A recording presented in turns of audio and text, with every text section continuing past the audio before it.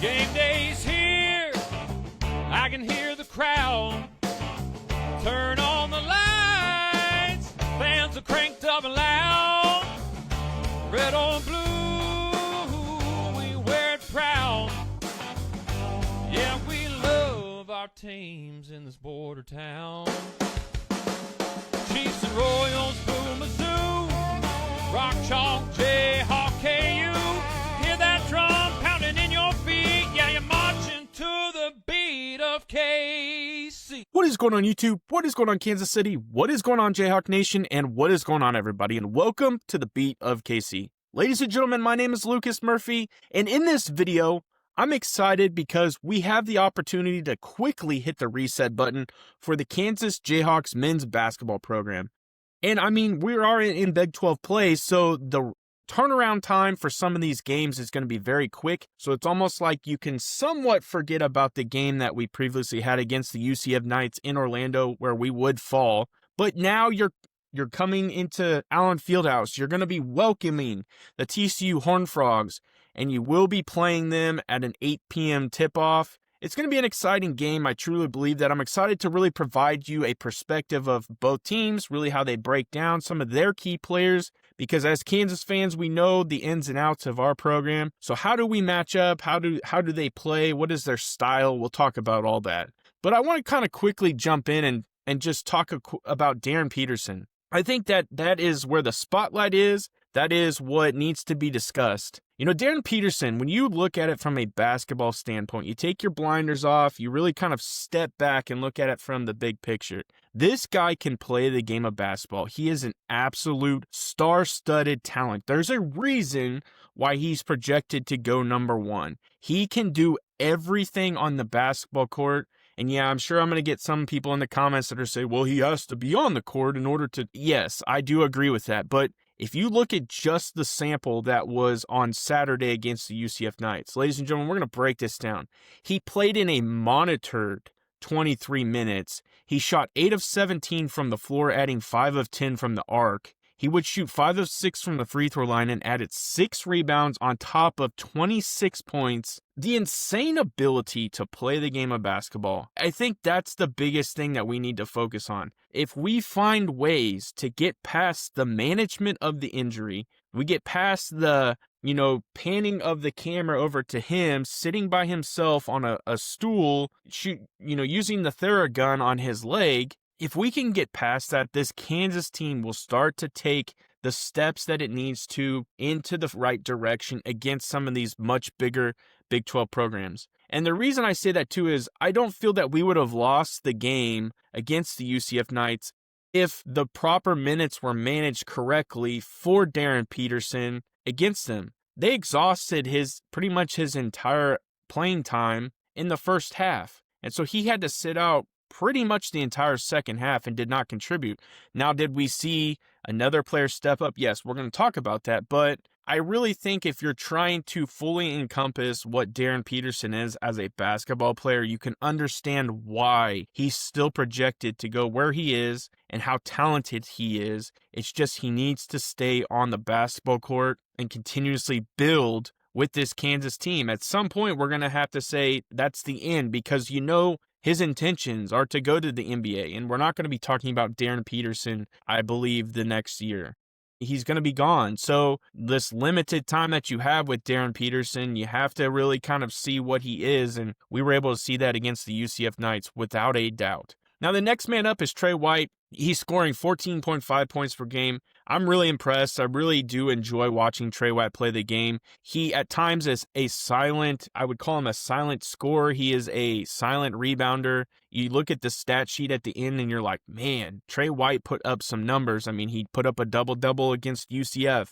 He really adds that balanced production. He's a primary offensive option for the Jayhawks, and really continues to play at a high level. So I'm really enjoying the Trey White experience here at Kansas, and I hope that he continues to play the way he's been playing.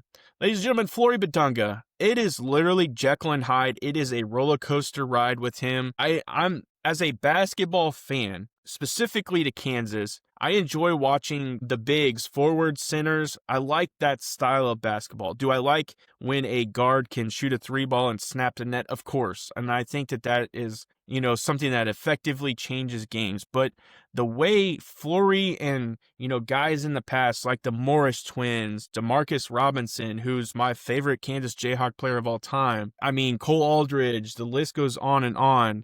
Jeff Withey, Rafe LaFrance, the list goes on and on. You could talk about all these bigs. That's the style of basketball I enjoy watching. I like guys throwing it down, rebounding the basketball, boxing out. I just enjoy watching that. And getting back to what I was going to, Flory Bidunga, he anchors the front court, ladies and gentlemen, but he is very one-dimensional. He can dominate against guys that he can overpower. He can dominate against guys that are less athletic. He can dominate guys when they're lesser, opponents to the Kansas Jayhawks. But when he gets challenged against a more athletic big that is almost his size or a little bit bigger, can kind of manhandle him in a way, Flory Bidunga just disappears, ladies and gentlemen. Now, he is averaging 14.2 points per game, but if you truly go back and look why he's averaging that, that's because what I just stated supports that. When he plays lesser opponents, when he plays guys that are of lesser, I guess really what I'm trying to say is when he's playing lesser talent, that's where that supports that 14.2 points per game. If you really look at the bigger guys that he's played against, he struggled. And so I think that that's something we're going to have to continuously monitor, and why I personally don't feel Flory is ready for the NBA. I think he needs to stay at Kansas, and that's another conversation for another day, but that's where I'm at with that. Now, again, he only managed 8 points against UCF, but would add 9 rebounds. There's no question Flory can rebound it, and that's the biggest thing. He is going to continue to get on the glass. He will continue to be a rim protector. He does good things with that. It's the contributing, the scoring, the second chance points. Those are things that you need to see. I've actually seen improvement, I feel like, from the free throw line from him, so I can't complain there. It's just the consistent managing of the points. Melvin Council Jr., ladies and gentlemen, he's a dog. He runs the offense, leading in assists, contributing offensively with 13.4 points per game. He shows you just how effective he can be. Especially in the UCF game, he didn't score a single point in the first half and drops 20 in the second half. And that is because Darryn Peterson obviously had to leave the game. So then who's the next man up? Well, as of late, it's been Melvin Council Jr., and he showed you exactly that. In a market that never sleeps, one name rises above the rest. Lisa Miller from Miller-Lynch Real Estate. Trusted by hundreds and recognized across the Midwest. She delivers results when it matters the most. With over 13 years of experience, and licenses in both Kansas and Missouri, Lisa isn't just selling houses.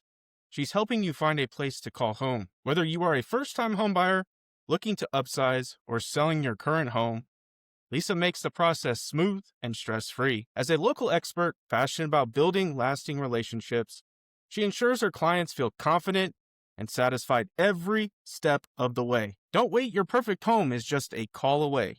Contact Lisa today at 913-579-3246 or 913-369-3000 or visit lisamillersellskc.com.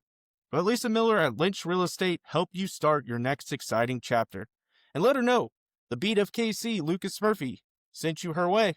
Now flipping it over to the TCU Horned Frogs, David Punch is a player to really pay attention to, ladies and gentlemen. He is their focal leader. He is the focal point of this team. He's leading in both points with 14 points per game and 7.7 rebounds per game. He's also a rim protector, so it'll be interesting to see how, again, Flory Bidunga matches up against him. Now, I think they are a little bit more similar. I think David Punch probably can be a little bit more athletic. I think he can potentially shoot it just a little bit. Not from like the three or anything, but has a okay jump shot. The next guy up is Brock Harding. He serves as their primary facilitator. He does lead the TCU Horned Frogs in minutes per game. He distributes the ball, generating steals. He's averaging 8.8 points per game, 6 assists per game. Now, Jaden Pierre is another guard. He's averaging 10.6 points per game. Xavier Edmonds, a forward, 10.6 per game. And another forward is Micah Robinson, 10.1 points per game. Now, when you look at really all of that, the bigs, their forwards, they rotate pretty well. Their guards are the things to pay attention to. So we're going to kind of touch on their strengths. Their balanced scoring and rebounding is specific. It's from Punch. They have a high assist generation and turnover creation from Harding, and their depth across forwards and guards contribute to their offense. They really like to work the ball around the court. They like to kind of have everyone touch the ball, and they like to be effective on offense. So that's something to really pay attention to, because vice versa, the Kansas Jayhawks are extremely well at the defensive side of the basketball.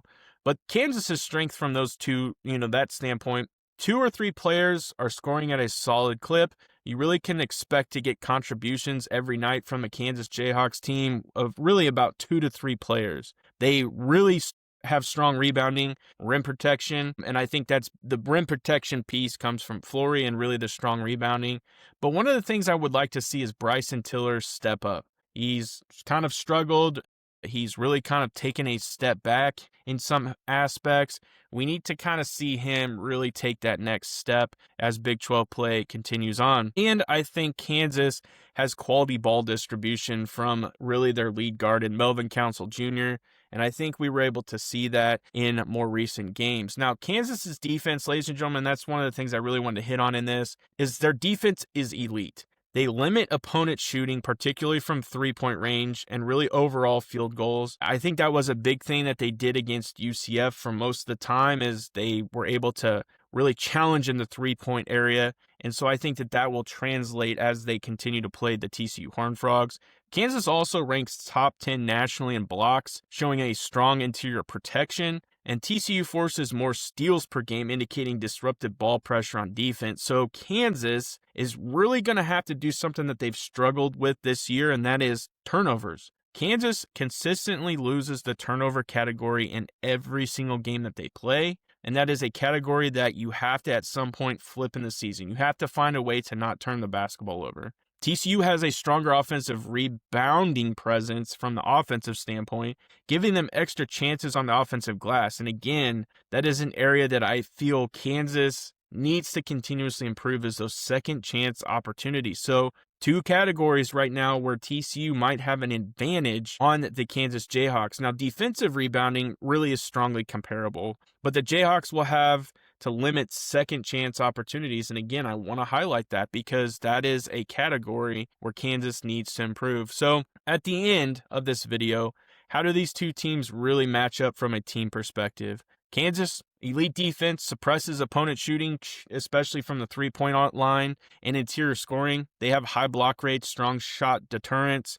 They force turnovers, more transition opportunities, and they efficiently score from the 2-point range with the offense. Kansas excels at controlling possessions, defending efficiently, and limiting opponent scoring opportunities. Now, flipping it over to the Horned Frogs, they are better overall offensive efficiency, particularly effective inside the arc. And so that's something that we're going to have to really see, is how does our defense match up against that? Strong offensive rebounding, more second chance points. Again, that's a category I hit on. Creates turnovers through steals, high pressure on ball handlers. I'm concerned about that. Kansas, again, if you go back and look just this season alone, we have struggled to win the turnover category. And if TCU is very effective at that, I think that's something we need to keep an eye on. At the end of the day, I really believe Kansas pulls this one out, though. The reason is because they are inside Allen Fieldhouse in Lawrence, Kansas. The environment will be amped. The school, I believe, will probably be back. So the student section should be amped, should be back and ready to roll. And I do believe the Kansas Jayhawks will pull this one out as they get ready to continue on in Big 12 play. I appreciate all the support. I appreciate everything you guys have really given me throughout 2025 as we start 2026. Make sure you guys smash that like button, smash that subscribe button, and I end every video the exact same way. Have a good day.